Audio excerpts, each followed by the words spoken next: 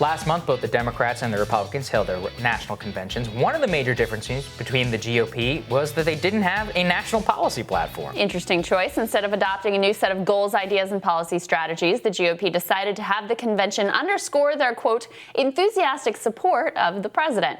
Joining us to discuss this is writer of this new piece. Trump was supposed to change the GOP, but the GOP changed him. Senior politics reporter for Vox, Jane Coaston. Welcome back, Jane. Great to see you. Good to see you, Jane. Thanks for having me. All right, so lay out your case here. How has the GOP evolved under Trump, or did Trump evolve to meet the GOP, or were they really more similar to start with than maybe was the public presentation?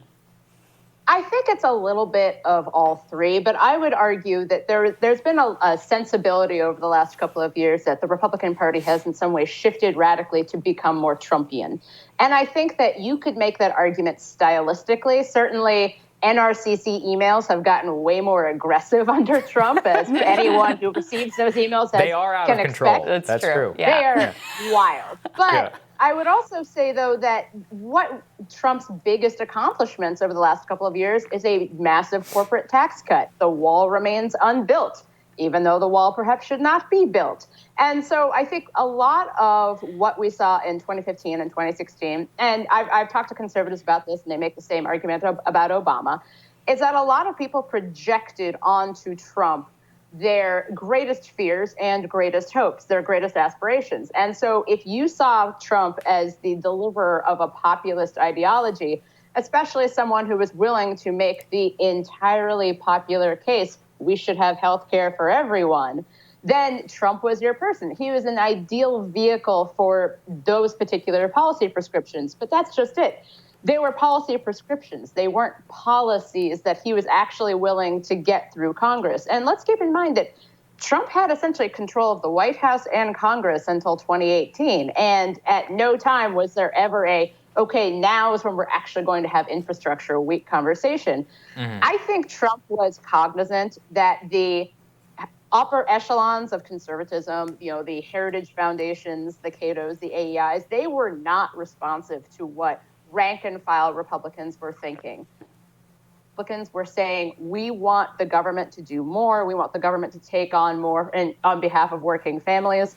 Unlike Paul Ryan, they had not been dreaming of getting rid of health care since they were in college. So I think that he was responsive to the idea that this was popular, but he's also responsive to the idea that a lot of things are popular. I've made the argument before that on issues important to social conservatives, Trump essentially sounds like what a Manhattan liberal thinks conservatives sound like. So if you'll remember, there's an interview with Chris Matthews, I think, very early in the campaign, in which he says that women who have abortion procedures should be punished. And he got a lot of backlash from pro-life organizations, like Susan B. Anthony's group, basically saying, like, no, that's not what we think. But if you were a Manhattan liberal, that is what you would think conservatives think. And so I think that in many ways, the reason that the Republican Party has actually not changed that much is because Trump hasn't forced them to. The populism was a device. The populism was not genuine, no matter what people projected onto him later. I generally agree with that, actually, Jane. I guess one of the interesting things is there's agency on the other side, too, not just on Trump. It turned out that he seemed a lot more content in order to enjoy the trappings of the White House than actually do the job of president. I do see some nefariousness, so to speak, on terms of people who tried to co-opt the message or in order to try and whitewash or change the things that they'd always been advocating for and put it under the new banner of MAGA. How does that fit into your calculus? I think absolutely, especially when it became so easily malleable. You see that Make America Great Again doesn't have to necessarily be, working families should be benefiting from these policies, industrial policies should change, except on the issues of trade, which has been something that Trump's been interested in for 30 years now. You didn't really see a policy thoroughfare there. And so I think that, if you were Mitch McConnell, you were great. I can just claim that tax cuts are MAGA, or that the suburban housewives will benefit from this, or that these specific constituent groups who people had been talking like this for a long time. Let's keep in mind that within conservative politics, there's always been kind of a upper echelon and a bottom echelon. The upper echelon has talked about Burke. They've talked about Russell Kirk. They've talked about kind of the upper conversations of conservatism, while the people who are voting for conservatives are essentially doing so while being told that we need to fend off the other.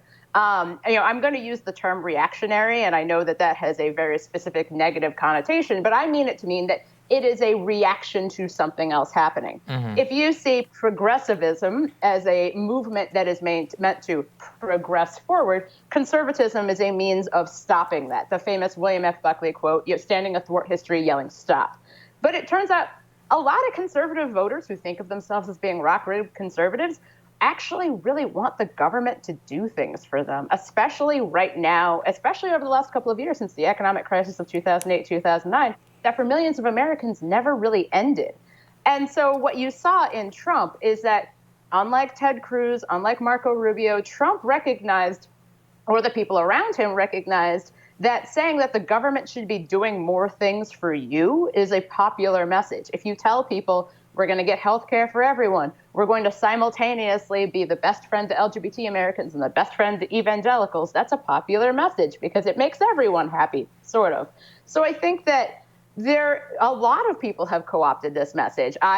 There's even new reporting today in Politico talking about a close Pence ally making millions of dollars off of girls' nights and spending thousands of dollars on GOP marketing tactics. And I think one of the things about this era is how uniquely transparent the grift is. Yeah, especially because there is the message of MAGA, the message of populism can be meant to include whatever it is you want it to include. That's right. If you are a post-liberal conservative, you see this as the establishment of the common good. If you are a anti-war dove, you see this as a moment to bring back our troops, even though more troops have actually been sent. If you can see this moment as being whatever it is you want it to be.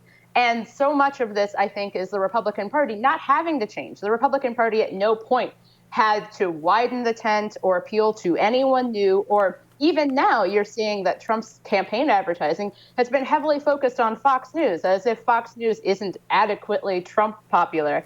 And so I think that you're really seeing that when a message doesn't actually mean anything, it can mean everything. Mm-hmm. Yeah, well, we saw that polling that said 7% of people are voting for Trump based on his second-term agenda, which makes sense since he hasn't said really anything about what a second-term agenda would be.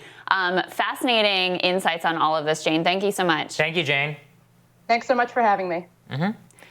Next on Rising, according to the New York Times, the Trump campaign has blown through $800 million out of $1.1 billion that they've raised. Director of Communications for the Trump campaign responds to that massive campaign spending when Rising continues.